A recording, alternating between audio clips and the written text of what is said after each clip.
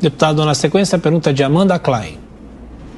Deputado, bom dia. É perigosa essa sua afirmação, né? Dizer que ele foi colocado lá pelo Supremo e não eleito pela população. Não há nenhum indício, não há nenhuma apuração que leve a crer que possa ter havido fraude nas urnas. E não é só o TSE que atesta isso, embora isso seja o principal, porque é a autoridade eleitoral, mas também relatórios da OAB, do TCU e das próprias Forças Armadas, que não encontraram nenhuma apuração de fraude. A própria Procuradoria-Geral da República diz que não há como investigar porque não há o menor indício de que algum ilícito possa ter ocorrido.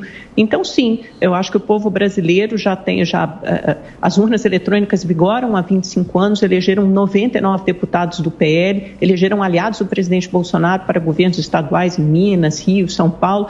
Quer dizer, eu acho que é uma prova da lisura do pleito e isso parece muito um choro de perdedor, mas que resvala sempre para atos antidemocráticos e de cunho golpista. Então, acho isso bastante preocupante. E no universo político, todos os presidentes de poderes, inclusive o presidente da Câmara, Arthur Lira, que é do seu partido, reconheceu imediatamente, foi o primeiro a reconhecer a eleição de Luiz Inácio Lula da Silva, inclusive já se encontrou com ele. A minha pergunta para o senhor é a seguinte: no seu partido, no PP, o Lula já deixou claro que o PT não deve ter um candidato à presidência da Câmara, o PL colocou-se na oposição. No seu partido, Progressistas, pode haver uma parte da bancada, pelo menos, que vote com o governo ou faça parte, eventualmente, de uma bancada do governo eleito? Amanda, bom dia. Eu quero dizer para você o seguinte: não tem nenhum risco e nenhum perigo eu fazer essa afirmação. Eu disse inicialmente que eu sou da área biológica e na área biológica nós não ficamos com dúvida, nós esclarecemos. Ontem, o PL entrou com um pedido de anulação da eleição, exatamente porque houve inconsistências.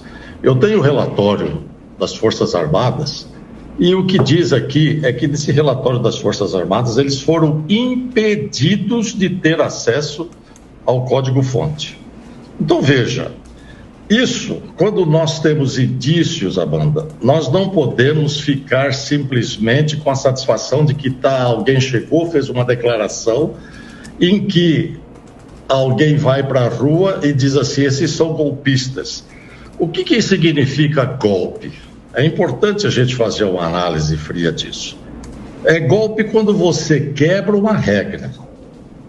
E a Constituição brasileira, desde 1988, ela dá condição de manifestação diante a insatisfação. Ninguém é obrigado por lei a fazer ou declarar alguma coisa que não esteja convicto daquilo. E nem é impedido de que assim seja. O que a gente percebe é que, através da própria Constituição, nós temos, inclusive, parte da imprensa, desse consórcio de imprensa, cerceada. Então, isso é golpe. Existe uma regra, existem princípios, existem maneiras de se chegar a um determinado posicionamento, inclusive dando condição ao controverso, e você tem exatamente um cerceamento de quem deveria zelar pela lisura do processo. Se há dúvida, isso tem que ser mostrado.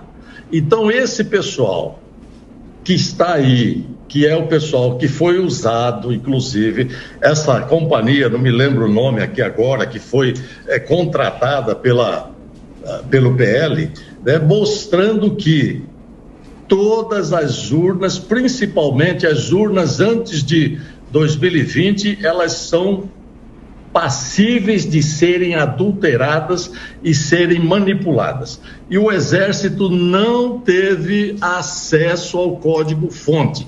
Portanto, o Exército diz o seguinte, que é possível que haja manipulação. E num processo eleitoral democrático, nós não podemos ficar com dúvida, principalmente quando essas alterações são muito consistentes e muito traumáticas, com mudança de resultado. Eu concordo com você. Em eleição a gente ganha ou perde. Eu perdi muitas vezes. Eu não tenho problema de perder e quero crer que grande parte de um jogo, quando você entra para jogar, você entra a jogar sabendo as regras. E essas regras não podem ser mudadas. E nós, Amanda, vivemos num país, ou seja, numa condição, não num país, mas numa condição material.